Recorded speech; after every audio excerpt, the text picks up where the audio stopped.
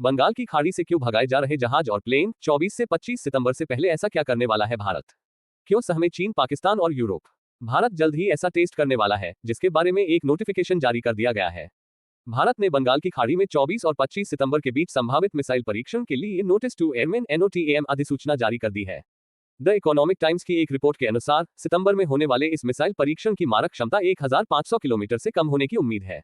इससे पहले भारत ने 5000 किलोमीटर तक की मारक क्षमता वाली मध्यम दूरी की बैलिस्टिक मिसाइल अग्नि 5 का सफल परीक्षण किया था। इस संभावित मिसाइल टेस्ट से चीन और यूरोप के कुछ देश तक टेंशन में आ गए हैं। पहले भी ये देश अग्नि 5 की मिसाइल के टेस्ट से घबरा गए थे, जिसकी जद में चीन, पाकिस्तान और यूरोप के कुछ देश आ गए थे। अग्नि 5 के टेस्ट से कांपे थे चीन और यूरोप। रक्षा मंत्रालय ने कहा कि ओडिशा के चांदीपुर स्थित एकीकृत परीक्षण केंद्र से किए गए इस परीक्षण ने सभी परिचालन और तकनीकी मानकों को प्रमाणित कर दिया है।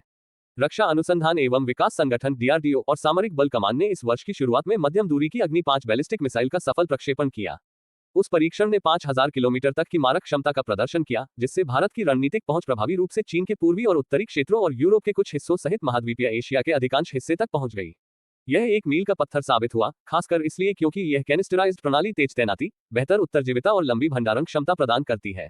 इससे चीन और यूरोप तक कांप गए थे। सोशल मीडिया एक्स पर इंडियन डिफेंस अपडेट्स IDU का कहना है, भारत ने 24-25 सितंबर के बीच बंगाल की खाड़ी में 1430 किलोमीटर की निर्धारित सीमा तक मार करने वाले एक मिसाइल परीक्षण के लिए NOTAM चेतावनी जारी की है।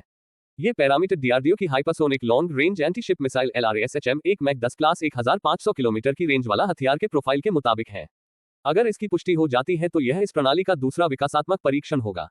क्यों जारी किया जाता है यह NOTAM? इंडिया डिफेंस न्यूज की एक रिपोर्ट के अनुसार यह NOTAM इसलिए जारी किया जाता है क्योंकि निर्धारित परीक्षण समय मानक प्रक्षेपण पूर्व प्रोटोकॉल को दर्शाता है, जो परीक्षण के दौरान क्षेत्र में संभावित खतरों के बारे में जहाजों और विमानों को सचेत करता है। यह अधिसूचना अग्नि 1, अग्नि प्राइम, अग्नि पी जैसे प्लेटफार्मों की ओर इशारा करते हुए 1500 किलोमीटर से कम की अधिकतम सीमा वाली मिसाइल प्रणाली के प्रक्षेपण या धनुष या पनडुब्बी से प्रक्षेपित के सीरीज प्रणालियों जैसे नौसैनिक संस्करणों के परीक्षण का सुझाव देती है।